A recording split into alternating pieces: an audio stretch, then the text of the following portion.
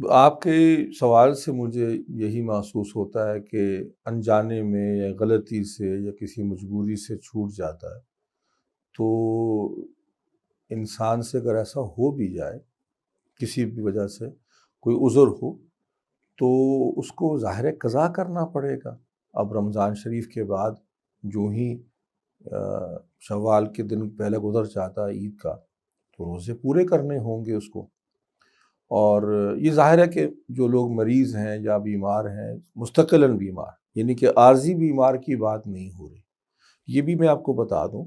کہ روزہ چھوڑنے کی اجازت جس مریض کو ہے، وہ مریض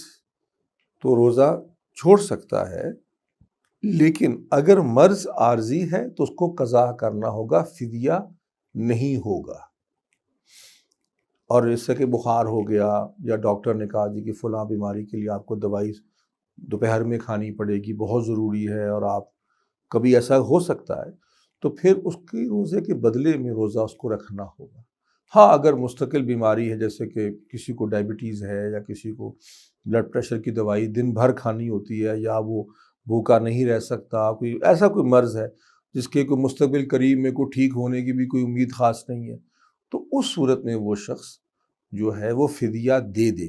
لیکن نیت یہ رکھے اور خواہش بھی ہونی چاہیے کہ اگر اللہ نے شفا دے دی اس کی تو میں پورے بھی کروں گا۔ دیکھیے، اس میں مزاج کی بات رکھیے یاد، کہ چاہے ضرورت اس چیز کی ہے کہ انسان کو اللہ کی اطاعت کرنی ہے، تو روزہ رکھنا اللہ کی اطاعت ہے۔ اور اگر مرض ایسا ہے کہ وہ انتہائی یا مہلک بھی ہو سکتا ہے یا بالکل صحت کو تباہ کر سکتا ہے بھوکا رہنا، تو پھر روزہ نہ رکھنا بھی عبادت بن جائے گی، کیونکہ ظاہر ہے خودکشی تو کرنا نہیں ہے نا انسان نے۔ لیکن